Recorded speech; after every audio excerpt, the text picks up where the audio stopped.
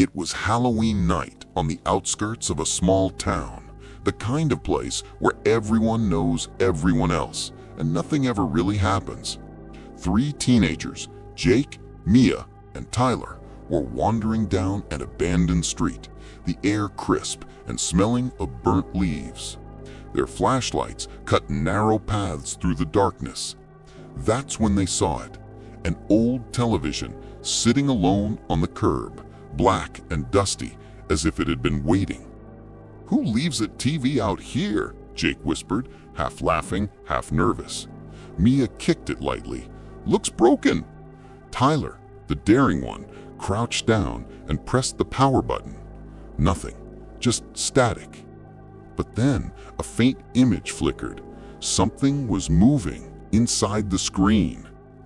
At first, they thought it was just a trick of the light, some weird reflection.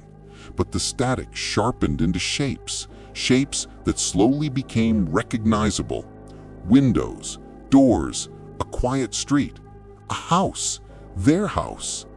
"That's our house," Mia said, her voice trembling. "From the outside."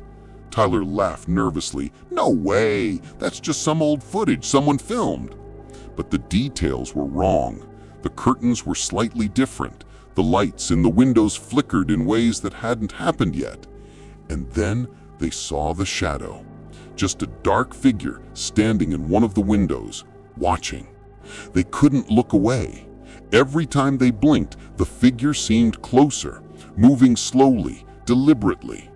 And then a whisper came through the TV speaker. A child's voice, distant but clear. "They see you." Jake jumped back. "Did you hear that?" Mia nodded, frozen. Tyler tried to unplug the TV, but the cord snapped as if caught by invisible hands. The screen glowed brighter than electricity should allow. On the screen, the inside of their house shifted. Furniture rearranged itself, doors opening and closing, shadows darting just out of reach. Maybe it's showing the future," Mia stammered, like tomorrow or next year." Tyler scoffed. "Yeah, right, a TV predicting the future? Come on." But then they saw Jake's dog, Max, frozen in the middle of the living room floor, staring at something they couldn't see. And then the dog vanished from the screen.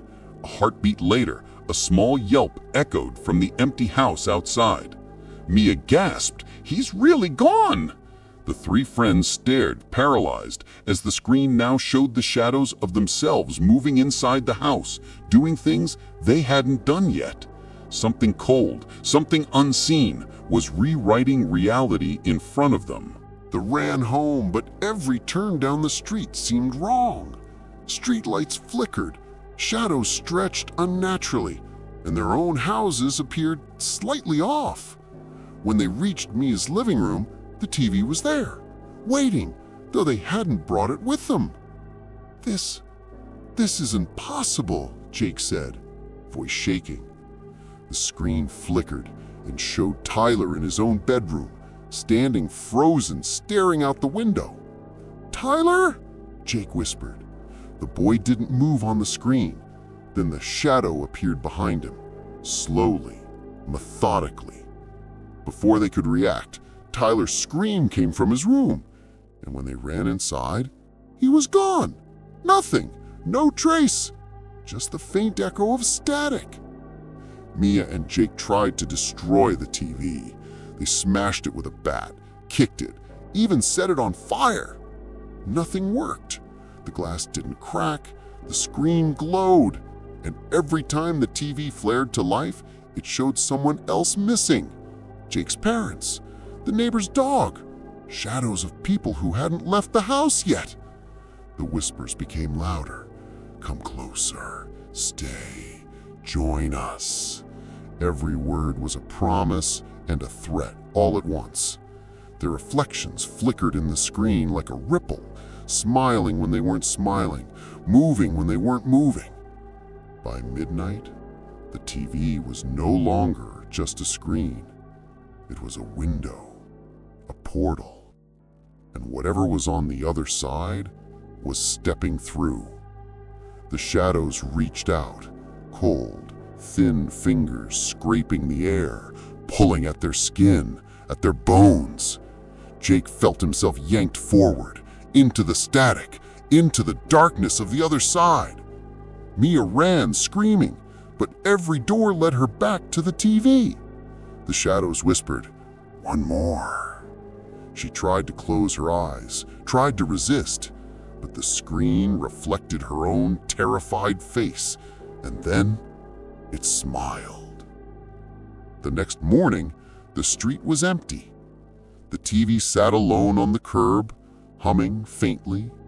No sign of Jake, Tyler, or Mia. Only the faint static, like a heartbeat, pulsing in the quiet.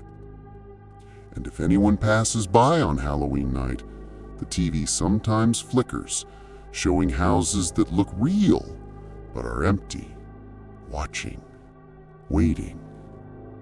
The legend of the haunted Halloween TV spread quietly, whispered from one teenager to another. They say that if you're curious enough to press the power button, you'll see your own house, your own life, just a few steps ahead of time.